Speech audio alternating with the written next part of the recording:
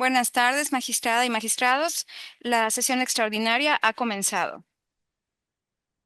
Buenas tardes. Con fundamento en el artículo 43, párrafos segundo y tercero de la Ley Orgánica del Poder Judicial del Estado, se abre la sesión extraordinaria con grabación de la primera sala colegiada penal y civil. Secretaria, por favor, dé cuenta del toca listado para la presente sesión. Sí, magistrado. Se enlistó para la sesión extraordinaria el toca número 23-2024 del magistrado tercero, licenciado en Derecho, Manuel Alberto Castro Alcocer, donde cambia la integración de esta primera sala por excusa del magistrado primero, maestro en Derecho Luis Armando del Jesús Mendoza Casanova. Por ende, asiste a esta sesión de la primera sala la magistrada segunda de la segunda sala colegiada penal y civil, maestra en ciencias penales, Lizeth Mimense Herrera, por excusa del ya mencionado magistrado primero. Entonces, el toca listado es el 23-2024, deriva de la causa penal 1-2023 en 10 tomos del Juzgado Primero Penal del Tercer Departamento Judicial del Estado. La sentencia apelada es de fecha 28 de octubre del 2024 y el apelante es el sentenciado. Magistrado, tiene usted el uso de la voz. Muchas gracias, secretaria. En el proyecto que someto a su consideración, magistrados, el problema jurídico a resolver es determinar si fue correcta o no la decisión de la autoridad de primera instancia al momento de valorar las constancias que obran en la causa penal y si éstas fueron suficientes para considerar penalmente responsable al sentenciado del delito de fraude específico. Los razonamientos de la sentencia sintetizados son los siguientes, que someto a su consideración.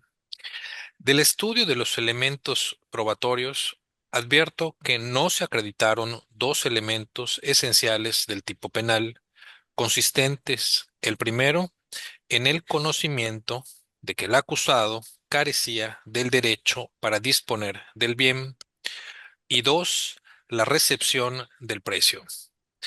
Respecto al primer punto, quedó plenamente demostrado que el hora sentenciado contaba con un poder notarial válido para actos de dominio otorgado a su favor por la legítima propietaria del predio. Dicho instrumento le confería capacidad jurídica para enajenar el inmueble. En este sentido, tal facultad nunca fue desvirtuada, pues la Fiscalía en ningún momento acreditó que el acusado careciera del derecho de disposición sobre el terreno, lo que impide tener por acreditado ese elemento del tipo penal. Es importante señalar que la sentencia de primera instancia incurrió en error al concluir que como existía una sentencia civil en torno al predio que fue desfavorable para la propietaria, ésta carecía de facultades para disponer del bien. Tal conclusión es equivocada, porque dicho litigio consistió en una acción civil reivindicatoria que versaba únicamente sobre la posesión, más no sobre la propiedad. Por lo tanto, nunca existió impedimento legal para la venta. Aunado a ello, previo a la celebración del contrato, la propietaria ya había promovido un juicio civil relativo a la propiedad del terreno, el cual fue resuelto a su favor, tal como consta en la sentencia de segunda instancia dictada el 10 de agosto de 2016 en el TOCA 1368, diagonal 2015, por la Sala Colegiada Civil y Familiar de este tribunal. Este fallo resulta trascendental, pues reconoció expresamente que la legítima propietaria del inmueble siempre fue la persona de iniciales A, E, C, B, lo que confirma plenamente que su apoderado, el hoy sentenciado, tenía derecho a enajenar el bien y que actuó dentro de las facultades legales conferidas.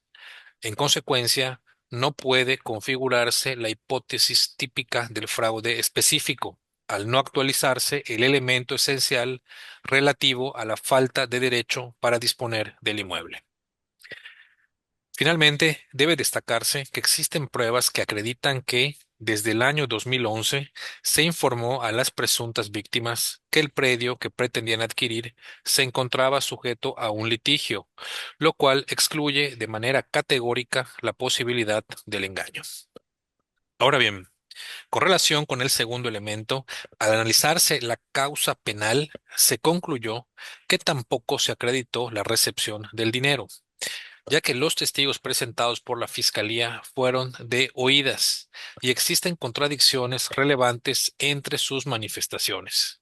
Sumado a ello, el propio ahora sentenciado ofreció una versión alternativa respaldada por documentos, la cual consiste en que el contrato fue una garantía por una deuda previa, no una compraventa real, por lo que nunca le entregaron el dinero.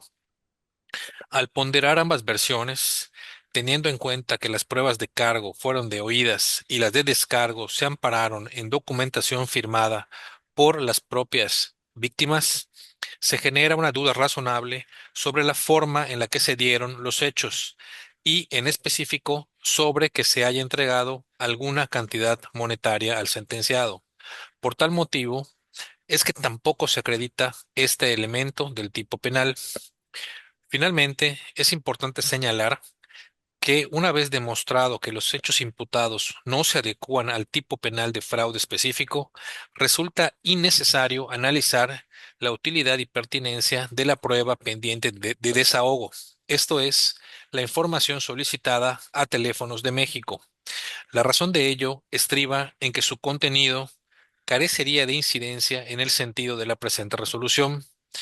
No obstante, ello no impide que la juzgadora proceda a ejecutar las medidas de apremio previamente decretadas e informe al Ministerio Público sobre la posible configuración del delito de desobediencia a un mandato legítimo de autoridad. Por lo antes expuesto, propongo declarar fundados los conceptos de agravio formulados por el sentenciado y revocar la sentencia impugnada. Como consecuencia de ello, propongo debe dictarse una sentencia absolutoria a favor de el sentenciado de iniciales AMR respecto del delito de fraude específico que se le atribuía. El efecto correlativo de esto es que deberán cesar de inmediato todas las medidas cautelares que le hubieran sido impuestas. Secretaria, por favor, proceda a la votación.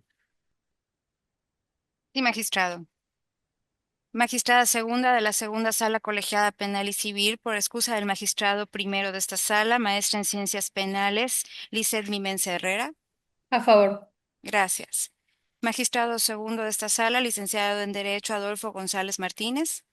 A favor. Gracias. Y magistrado tercero de esta sala, licenciado en Derecho Mario Alberto Castro Alcocer.